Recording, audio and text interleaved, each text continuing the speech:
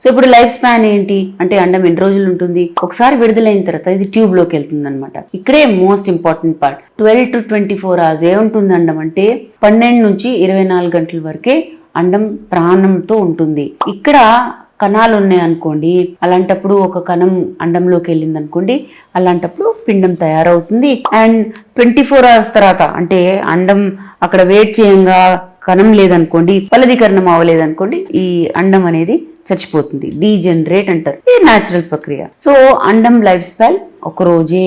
కాకపోతే వరి కాకండి, కణాల లైఫ్ స్పాన్ చాలా మంచిది. ఒక 5 days పాటు గర్భసంచి పొరలో, ట్యూబ్స్ లో, వాటిలో బతుకుండడం అనేది ఉంటుందన్నమాట. స్పర్మ్ కి లైఫ్ స్పాన్ ఉంటుంది. సో 3 to 5 days ఉంటుంది కనుక ఇంటర్కోర్స్ అండం విడుదలయ్యే ముందు కొన్ని రోజులైనా కణాలు అక్కడ ఉన్నాయి అనుకోండి, అలాంటప్పుడు కూడా సక్సెస్ రేట్ అనేది చాలా బాగుంటుంది. ఈ ఓవర్లాప్ సైకిల్ ని ఫర్టైల్ విండో అంటారు. అంటే అండం విడుదలయ్యే ముందు, అండం విడుదలయ్యే రోజు చాలా మంచి టైం అన్నమాట ప్రెగ్నెన్సీకి.